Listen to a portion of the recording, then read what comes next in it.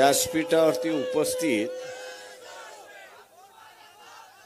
OBC संघटनेचे असणारे अध्यक्ष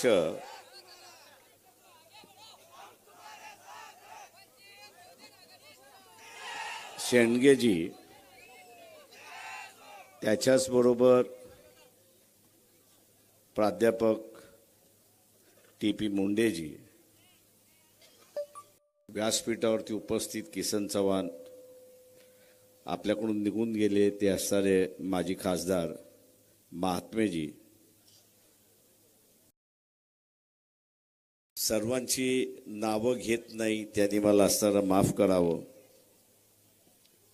उपस्थित बंधूंनो आणि भगिनींनो,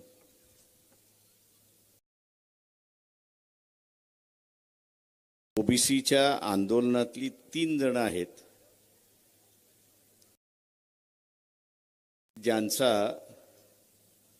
आपल्याला कधीही विसर पडू नये अशी असणारी परिस्थिती आहे.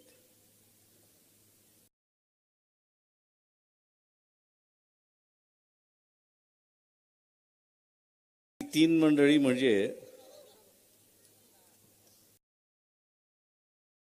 ज्यांनी ओबीसीच्या आंदोलनातलं असणारं पहिलं पुस्तक लिहिलं.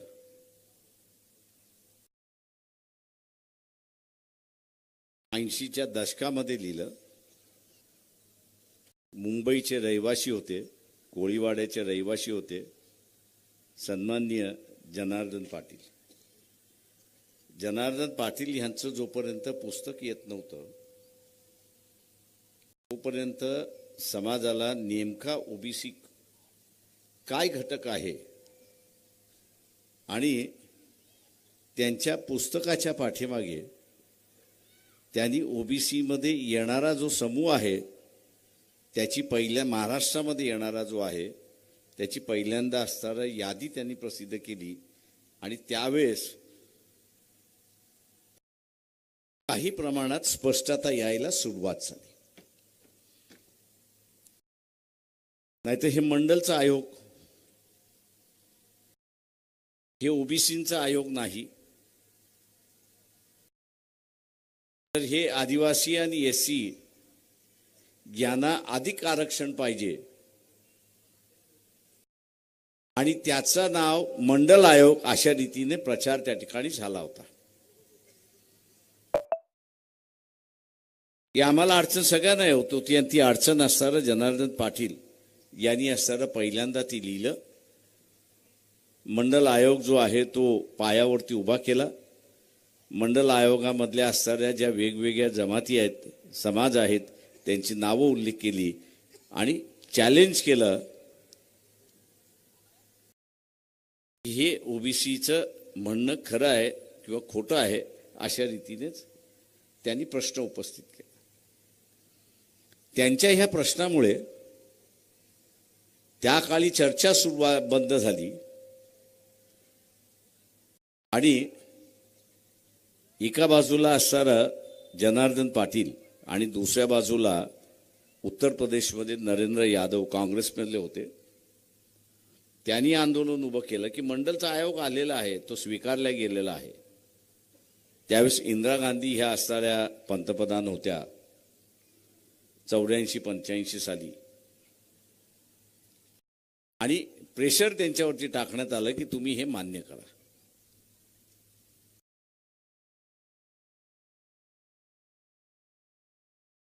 त्यावेळेच्या सरकारने टोलवण्यासाठी विधानसभेचं काय म्हणणं आहे हे मागवण्याचं पत्र पाठवलं आणि प्रत्येक विधानसभेला तुमचं म्हणणं आहे ते पाठवा म्हणून असे रीतीने सांगण्यात आलं. आपल्याला माहित आहे की विधानसभेमध्ये चर्चा कशी झाली असेल, काय झाली असेल आणि ते पूर्णपणे त्यावेळेसचा असणारा बासनात पडला अशी असणारी परिस्थिती आहे. ते पुढे आलं नाही. सत्ता आज जसं आपण सत्ता बदल असं म्हणतोय त्याही वेळेस सत्ता बदलाची चर्चा झाली.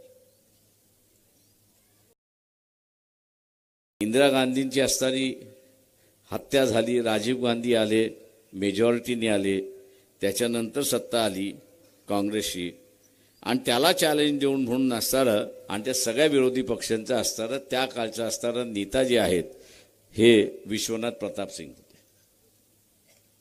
जेव्हा दुसरं ह्या ओबीसी लढ्यामधलं आम्ही तर लढ्यातच होतो.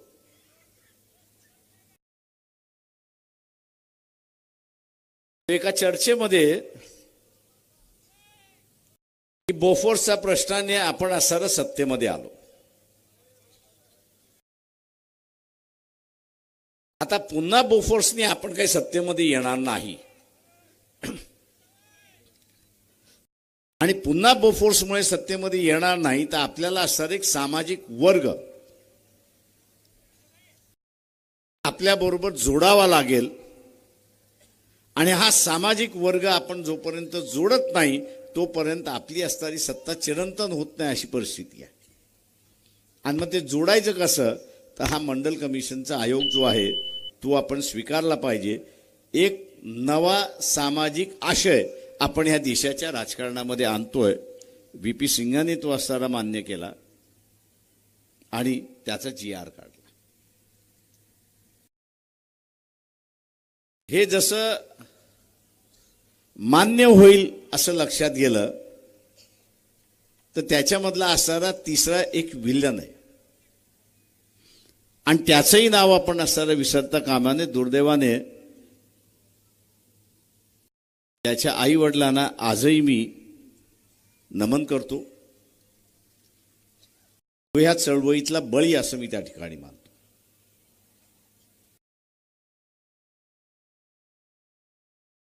अनेक जणांना माहीत नसेल दिल्लीमध्ये महिलांचा मोर्चा निघाला होता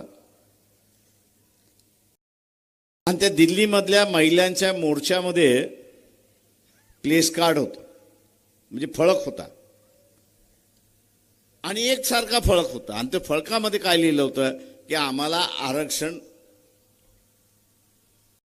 नको आणि आम्हाला आरक्षणातला नवराही नको. म्हणजे आम्हाला आरक्षणही नको आणि आरक्षणातला नवराही नको अशा असणाऱ्या पाट्या त्या ठिकाणी लावण्यात आल्या होत्या. आणि त्याच्याच मध्ये हा गोसावी नावाचा असणारा जो विद्यार्थी होता दिल्ली युनिव्हर्सिटी मधला त्याच्या विद्यार्थ्यांनी त्याच्या मित्रांनी त्याला असं सांगितलं की आपण विरोध केला पाहिजे.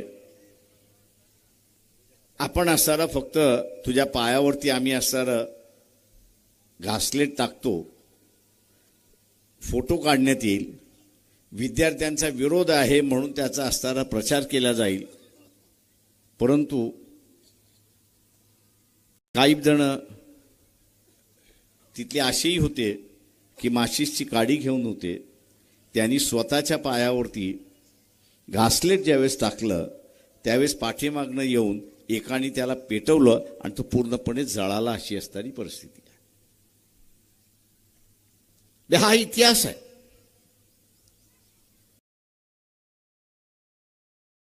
त्याला जाळण्याच्या पाठीमागचा जो भाग होता की देशामध्ये उठाव झाला नाही असं नाही,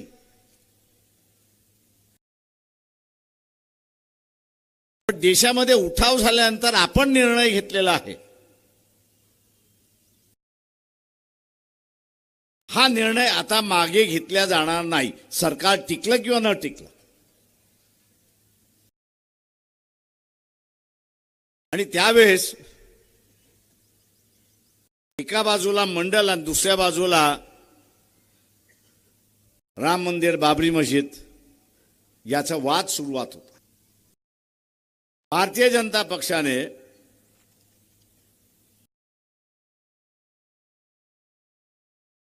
मंडलला डायरेक्ट विरोध नाही, अप्रत्यक्षात विरोध आणि म्हणून मार्च आडवाणीने काढला आणि ते सरकार कोसळलं.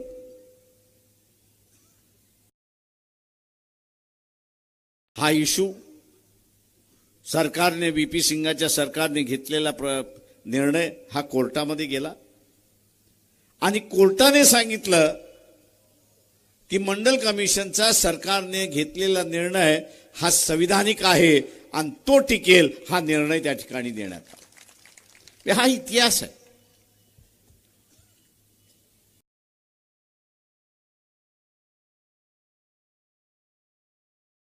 आता हा इतिहास त्याच्यामधला आहे।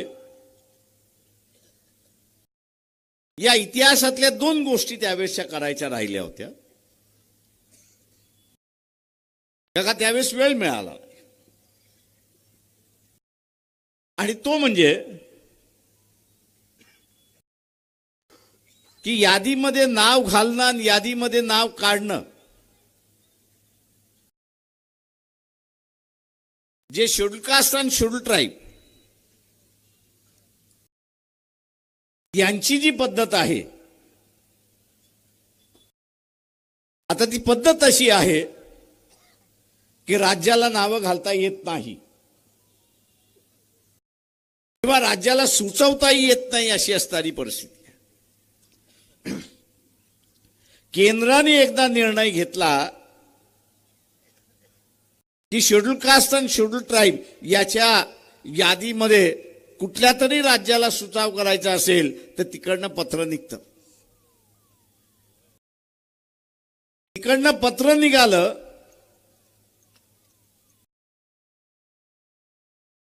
किंवा राज्यामध्ये कॅबिनेटची बैठक होते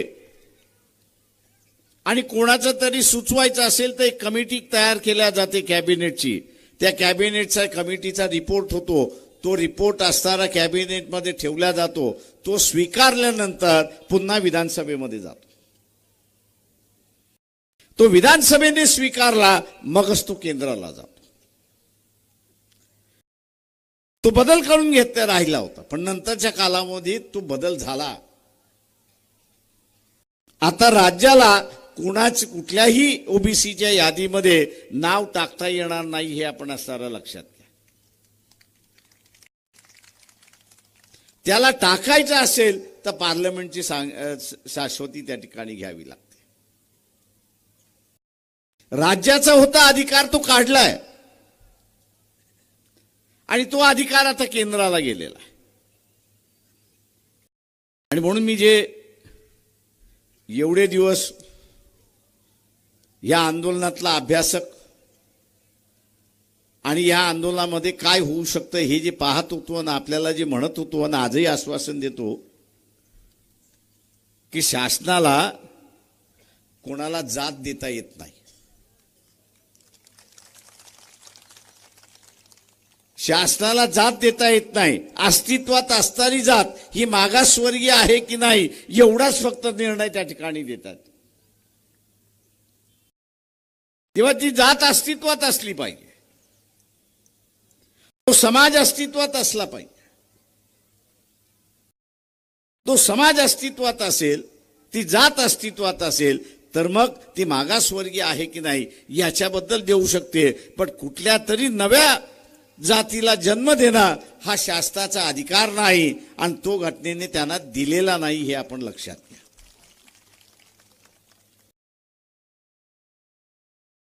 आणि त्यामुळे जरांगे पाटील यांनाही मी असं समजावून सांगितलंय,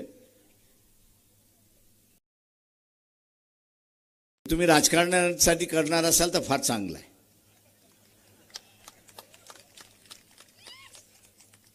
का ही सडलेली नेतृत्व जे आहे, ज्याचा असणारा उल्लेख आता असणारा शेंडगेंनी केला, टीपी मुंडेंनी केला, हे सडलेलं जे नेतृत्व आहे हे त्यांच्याही समाजाला असणारा न्याय देत नाही आणि आपल्यालाही असणारा न्याय देत नाही। जरांगे पाटलाच्या निमित्तानं असणारा नवीन नेतृत्व येणार असेल तर त्याला आपण असणारा स्वागत केलं पाहिजे, पण त्याला असणारा सांगितलं पाहिजे, बाबा रे आमच्या ताटामध्ये येऊ नको।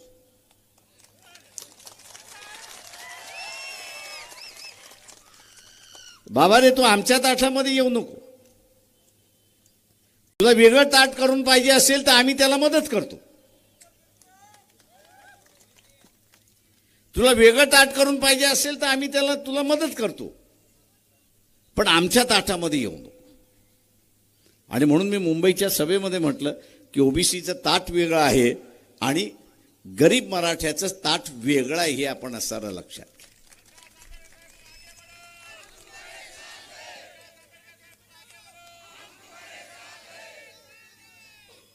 जसं एससी आणि ट्रायबल दोघांनाही आरक्षण आहे, पण ट्रायबलचं आरक्षण ट्रायबलला, एससीचं आरक्षण एससीला. तशाच पद्धतीने ओबीसीचं आरक्षण ओबीसीला, आणि उद्या कदाचित कोर्टाने मान्य केलं की गरीब मराठ्याला आरक्षण हे त्याचं आरक्षण. ही दोन्ही ताटं वेगळी झाली आणि राहिली तर या महाराष्ट्रामध्ये बदल घडू शकतो हे आपण असणारा लक्षात घ्या. इथलं राजकीय नेतृत्व जे आहे ते मी चोरांचं नेतृत्व आहे असं म्हणतो. हे चोरांचं नेतृत्व आहे. हे आपल्याला तो लुटतात, पण हे त्याच्याच समाजाला सुद्धा लुटतात हे लक्षात घ्या. आता जमिनीचा आपण असणारा हिस्सा घेतला तर 2 एकर 3 एकर 4 एकर 5 एकर असा जर वर्ग आपण हा घेतला तर या महाराष्ट्रामध्ये 70% आहे. या महाराष्ट्रामध्ये 70% आहे. पण या 70% समाजवार जर आपण विभागणी केली तर 50% मराठा आहे. म्हणजे लहान शेतकरी, अल्पभूधारक शेतकरी हा मराठा आहे. पण केंद्र शासन हमी भाव देतं, त्या हमी भाव लागू करण्याची यंत्रणा असताना ते लागू करत नाही. आता हमी भाव लागू करायचा असेल तर काय करावं लागेल?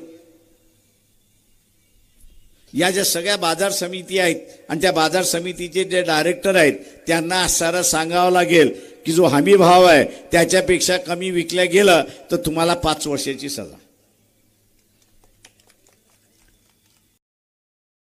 भाव हमी गेला, कमी गेला तर तुम्ही खरेदी करा ना. बाजार समित्या त्याच्यासाठीच उभ्या केलेल्या आहेत.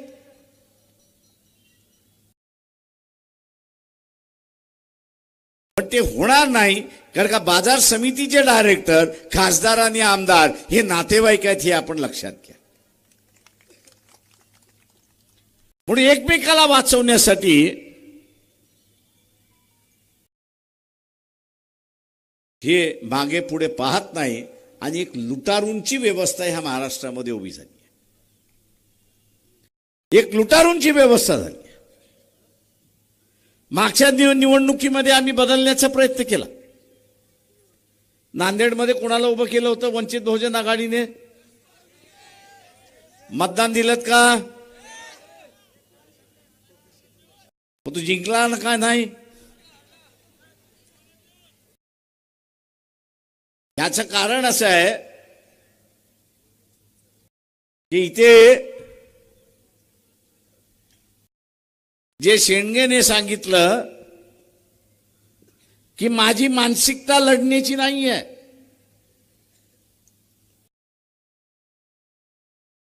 मी माझी लढण्याची मानसिकता केली पाहिजे. त्यांनी जे सांगितलं की आरक्षणवाद्यालाच मतदान दिलं पाहिजे.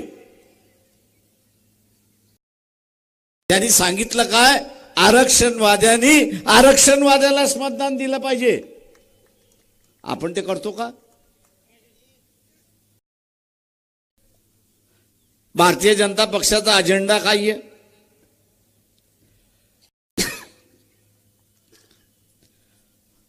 भारतीय जनता पक्षाचा अजेंडा काय आहे? आपण आरक्षण वाचवणं असं म्हणतोय. हे संविधान वाचलं तर आरक्षण वाचेल.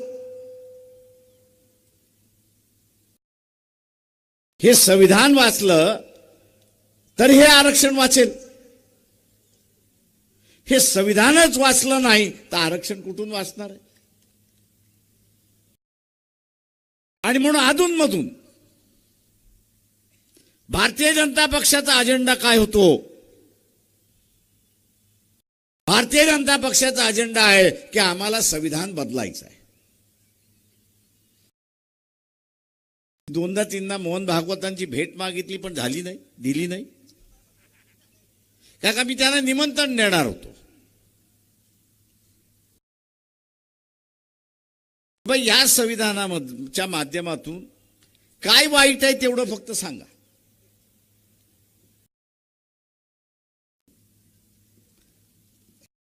काय वाईट आहे तेवढं फक्त लोकांना सांगा. पटलं आम्हाला तर आम्ही तुमच्या बाजूचे, तुम्ही आम्हाला पटवू शकला नाही तर तुम्ही आमच्या बाजूचे व्हा. पण आमने सामने येणार नाहीत.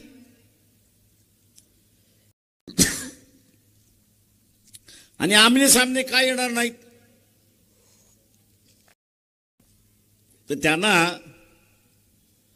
12 बलुतेदाराच्या हातामध्ये सत्ता जाता कामा. नरेंद्र मोदीचा असणारा समाज जो आहे तो आपल्या नांदेडमध्ये आहे का? मी इथे निवडणूक लढवलंय म्हणून मला गावांगाव माहिती आहे. आहे का नरेंद्र मोदीचा माणूस समाज इथे? नाही ना. समजा उद्या बीजेपी जे म्हणते की अध्यक्षही पद्धत आणायची, म्हणजे अमेरिकेसारखी अध्यक्ष पद्धत आणायची की लोकांनीच अध्यक्ष निवडायचा, लोकांनीच अध्यक्ष निवडायचा, असं जर झालं असतं तर नरेंद्र मोदीला आपल्या इथनं मतं मिळाली असती का? हे जे संविधान बदलण्याची जी चर्चा चालली आहे त्याचं मूळ कारण इथला तेली आहे, तांबोळी आहे, कुणबी आहे, लोहार आहे, सोनार आहे, धनगर आहे, मराठा आहे, हुशार आहे, लोकांचा विश्वास संपादन करू शकतो, लोकसभेच्या मतदारसंघातून निवडून येऊ शकतो, तर या देशाचा तो पंतप्रधान होऊ शकतो. कारण का मतदारसंघ लहान आहे. आणि म्हणून इथल्या वेगवेगळ्या समूहाला पंतप्रधान होण्याची, निवडून येण्याची संधी आहे हे आपण लक्षात घ्या. जे अध्यक्षीय पद्धत आणते, मला एक सांगा, कुंभार जो आहे तो लोहाराला मतदान देतो का? देणार वेगळा, देतो का विचारतोय मी. देईन आहे ना. मग तुमचं मत जाणार कोणाला? तर ब्राह्मणाला जाणार. पाटलाला जरी गेलं तरी त्या राज्यापुरतं, बाजूच्या राज्यामध्ये पाटील आहे का? RSS ची संघटना कोणाची? तेव्हा त्यांचाच पंतप्रधान कायमचा कसा होईल हे राजकारण चाललेलं आहे, हे आपण लक्षात घ्या. आणि म्हणून संविधान बदला म्हणून त्या ठिकाणी सांगितलेलं आहे. म्हणजे महात्मा फुलेपासून शाहू महाराजांपर्यंत बाबासाहेब या सगळ्यांनी सामान्याच्या हातामध्ये सत्ता आणून दिली. सामान्यातला सामान्य माणूस इथला सत्ताधारी होऊ शकतो. शिक्षणाची दारं खुली करण्यात आली. उद्याचा व्यवसाय या ठिकाणी करू शकतो. ही अध्यक्षीय पद्धत आली तर या सोयी काही राहतील का? एकदा अध्यक्ष खुर्चीवरती बसला तर 5 वर्षासाठी बसला. 5 वर्षासाठी बसल्यानंतर त्यांनी असं म्हटलं की शाळेच्या ज्या फी आहेत या दर वर्षाला 5 लाख होतील. किती जण 5 लाख देऊ शकतात? हात वरती करा.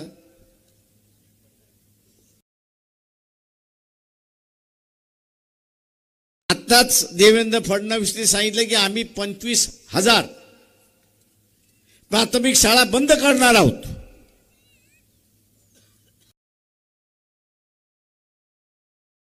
पंचवीस हजार प्राथमिक शाळा आम्ही बंद करणार आहोत. होणार काही आहे?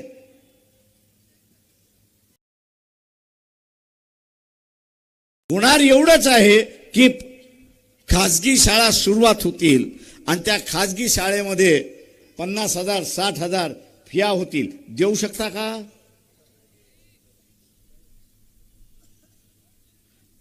आणि म्हणून जो लढा महात्मा फुलेंनी सुरुवात केला, बाबासाहेबांनी सुरुवात केला, शाहू महाराजांनी सुरुवात केला की शिक्षण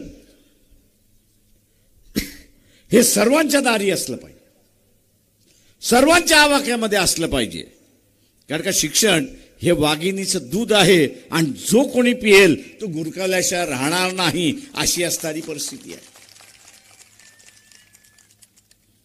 ओबीसीला आरक्षण मिळालं की न मिळालं? मिळालं की न मिळालं?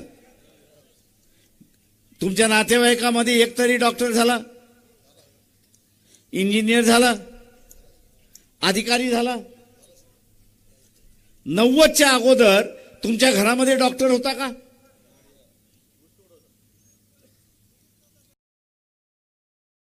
आरक्षणामुळे बदल आला. जी जागा आपल्याला मोकळी नव्हती त्या जागेमध्ये आपण गेलो.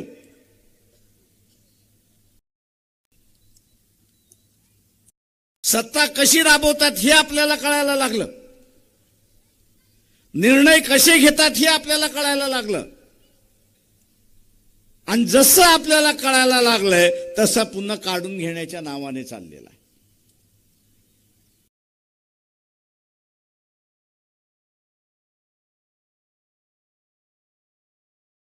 मोदींनी असं म्हटलं की 22 तारखेला दिवाळी साजरी करा. माझं एवढंच त्याला म्हणणं आहे, तू आम्हाला 500-500 रुपये दे, आम्ही दिवाळी साजरी करतो.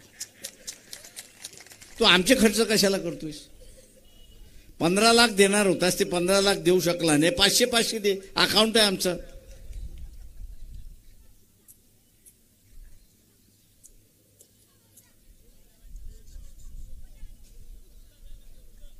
ते घरकुलं तर मिळणार नाहीच. काय का उघड्यावरती तुम्हाला झोपवायचंच आहे.